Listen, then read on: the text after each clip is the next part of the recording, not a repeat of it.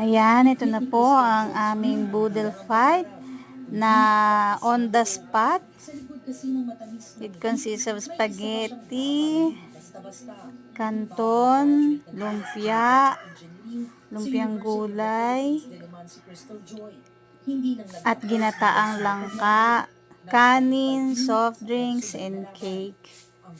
Kasama namin dito ang aking mga mommies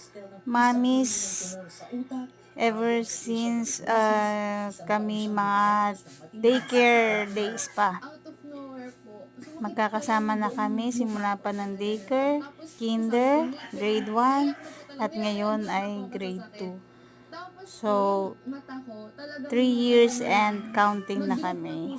And to celebrate our friendship, ay napag-isipan namin na mag-boodle fight. To celebrate also 7th birthday ng anak ng aming kamami at ang kanyang bagong kasal.